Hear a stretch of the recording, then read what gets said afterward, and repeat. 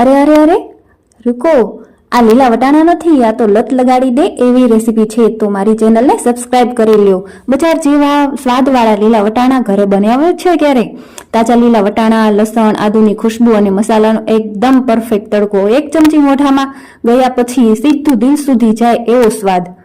પણ સાચો ટેસ્ટ આવે એક ખાસ સ્ટેપથી. તો જે લોકો ભૂલ કરે છે 90%, એ સ્ટેપ શીખ જાણવા માટે તમે મારી ચેનલને સબસ્ક્રાઇબ કરી લો અને મારી રેસીપી એન્ડ સુધી જુઓ.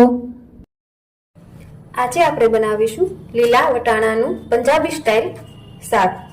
તો એના માટે મેં લીધી છે ડુંગળી લીધી છે, ધાણા ભાજી લીધા છે, તેમજ લસણ લીધું છે, આદુ લીધું છે, મરચાં લીધા છે, અને ટમેટા લીધા છે અને વટાણા લીધા છે. એમાં આપણે વટાણાને બાફી લઈશું. એમાં થોડુંક આપણે નમક નાખી દઈશું. આપણા વટાણા જે છે એ બફાઈ ગયા છે. હવે એને આપણે કાઢી લઈશું. 2 ટેબલસ્પૂન જેટલું તેલ લેવાનું છે.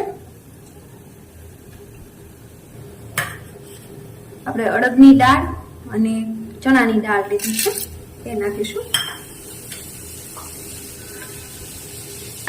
એને થોડીક બ્રાઉન થવા દેવાની છે. જીરું નાખીશું, હિંગ નાખીશું,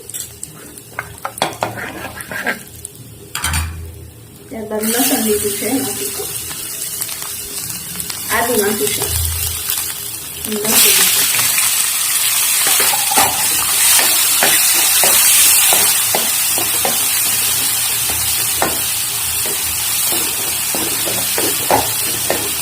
ડુંગળી નાખીશું.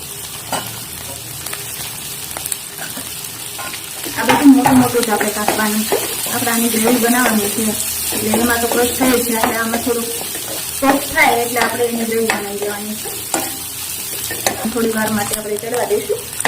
ડુંગળી સરસ ચડી ગઈ છે. હવે આપણે એમાં ટમેટા નાખીશું. આપણે ધાણા જીરું નાખીશું, હળદર નાખીશું, લાલ મરચું પાવડર છે, નમક નાખીશું,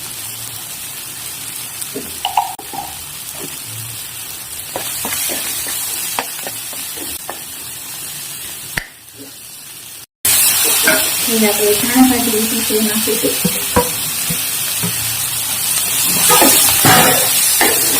હવે આપણે થોડું પાણી નાખીશું.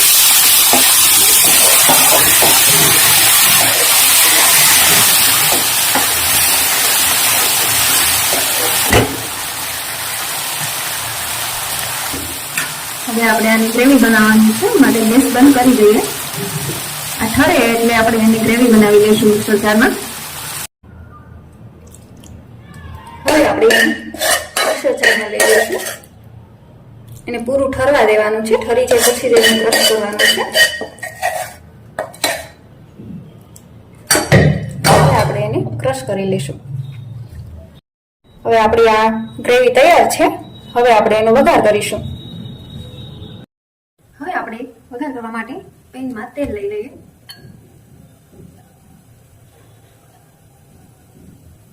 તેલ આપણું ગરમ થઈ ગયું છે. હવે વઘાર કરી લઈએ. રાઈ નાખી છે, ત્યારબાદ જીરું છે,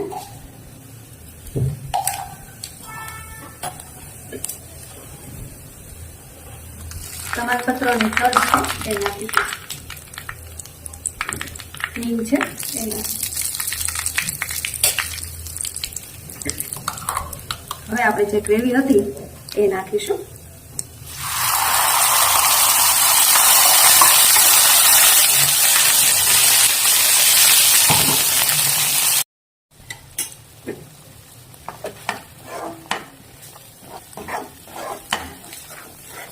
મસાલા છે એ બધા આગળ નાખી દીધા છે. એટલે આમાં જરૂર હોય એ બધું આપણે મસાલા હવે નાખીશું. તીખાશ માટે આપણે થોડુંક મરચું પાવડર નાખીશું. તમે વધારે ઓછું લઈ શકો છો.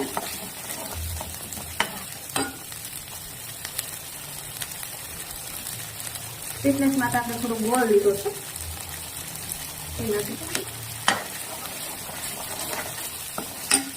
એમાં લીંબુનો રસ નાખીશું.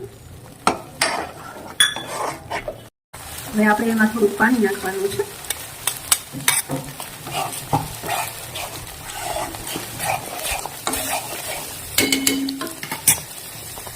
આપણે વટાણા છે બાફી નાખીશું.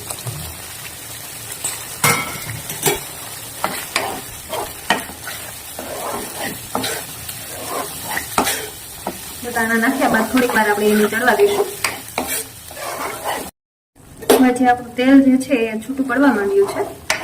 હવે આપણું શાક જે છે તૈયાર થઈ ગયું છે. હવે આપણે ગેસ બંધ કરી દઈએ. તો તૈયાર છે આપણું પંજાબી સ્ટાઇલ લીલા વટાણાનું શાક.